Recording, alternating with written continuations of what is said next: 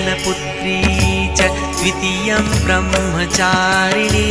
तृतीयं चन्द्रघण्टेति कूष्माण्डेति चतुर्थकम् पञ्चमं स्कन्दमातेति षष्ठं कात्यायनीति च सप्तमं कालरात्रीति महागौरीति चाष्टमम्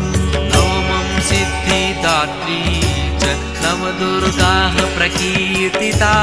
उक्तान्येतानि नामानि ब्रह्मणैव महात्मना अग्निना दह्यमानस्तु शत्रुमध्ये गतो रणे विषमे दुर्गमे चैव भयार्ताः शरणं गताः न तेषां जायते किञ्चिदशुभं रणसङ्कटे